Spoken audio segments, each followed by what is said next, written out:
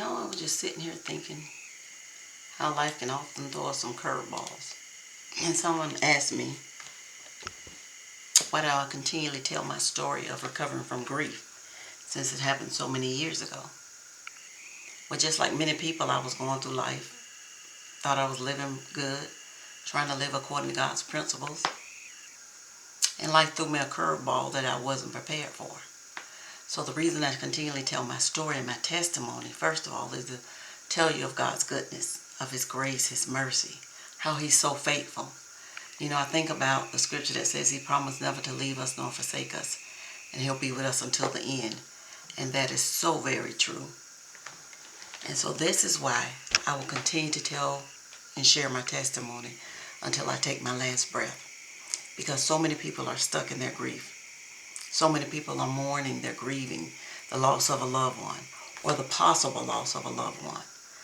Sometimes people get bad diagnoses and they have to live seeing their loved one suffer for a while before it happens. Not only just the loss of a loved one, but it could be the loss of a marriage. Many years ago when I was doing marriage counseling, and I still do marriage counseling, long before losing a spouse, I always knew that when you go through a divorce, it has some of the same emotions, some of the same grief, because it's a loss of something. It's the death of something. Even though it's not a physical death, it's still the death of something. It's the death of a covenant, of a marriage.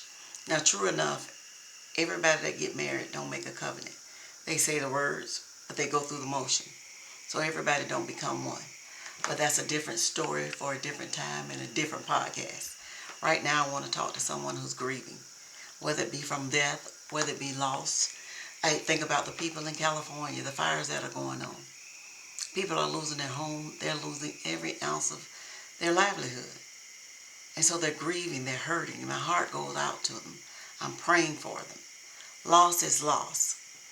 And when life throws that curveball, it leaves us feeling stuck a lot of times. Like we're trapped in a maze without a way out. You may be grappling with the weight of a setback. But here's what I've learned. For every setback or every loss, there can also be a comeback.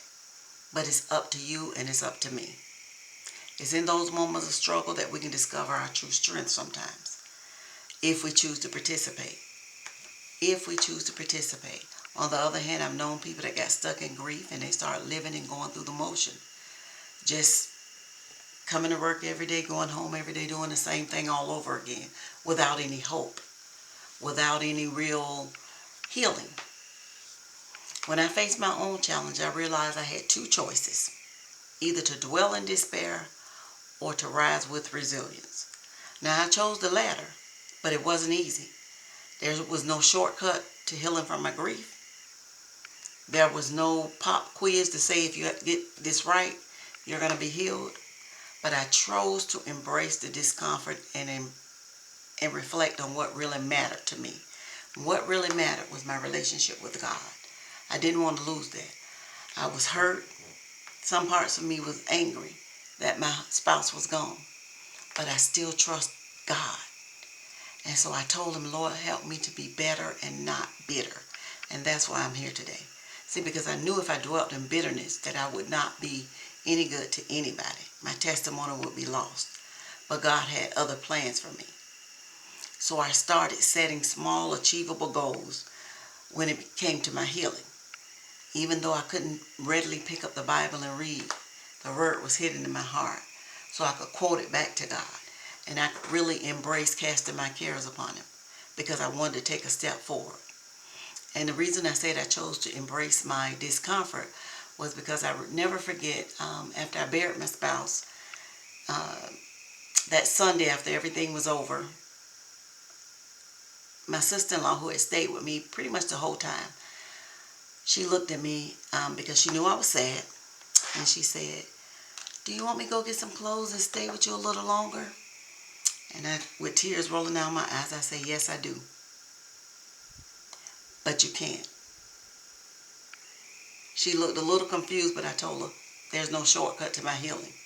I did not want to begin to get a crutch or something that I was going to depend on or use as an idol for my healing to soothe me, because I knew it was a job that only God could do. Because the pain that I was feeling was a pain that was indescribable. It's as if somebody was doing open heart surgery without any anesthesia. But I knew in order to start my healing process that I had to go through it in order to get through it. So I had to let her go home because I didn't want to make it where if she stayed another day, I would depend on her to stay another day and another day and another day. And that's unrealistic. Nobody can be with you 24/7. No one but the Lord. So I began to cast my cares upon him. As I was crying and beating the floor, I began to cast my cares upon God because I knew he cared for me no matter how things looked. No matter how things looked. So what I also did is surrounded myself with supporting people. That was a crucial part of my healing. Their encouragement reminded me that I wasn't alone in this journey. I also learned to practice gratitude, shifting my focus from what I lost to what I still have. And I opened myself up to the new life that God was giving me. I didn't understand it. I cried every day for a long time. I didn't understand it, but I embraced, this is my new life. I have to embrace it because I made up in my mind I was going to live and not just exist. So remember, getting unstuck is a process. It's about taking one step at a time, finding purpose in your pain. I know that sounds cliche-ish, but you can always find purpose in your pain, whether it's to what the world calls pay it forward and believe that brighter days are ahead. God is the only one promised never to leave us nor forsake us, and he truly will be with us until the end of time. We have the power to rewrite our own story, to embrace our journey, and trust that every setback is a stepping stone to something that could be potentially greater. God may have a greater outcome for us as far as he may have a different plan or a different route for us, different vision. We have to be open to the process. So I'm here to encourage you to start your process of healing. Trust God like never before.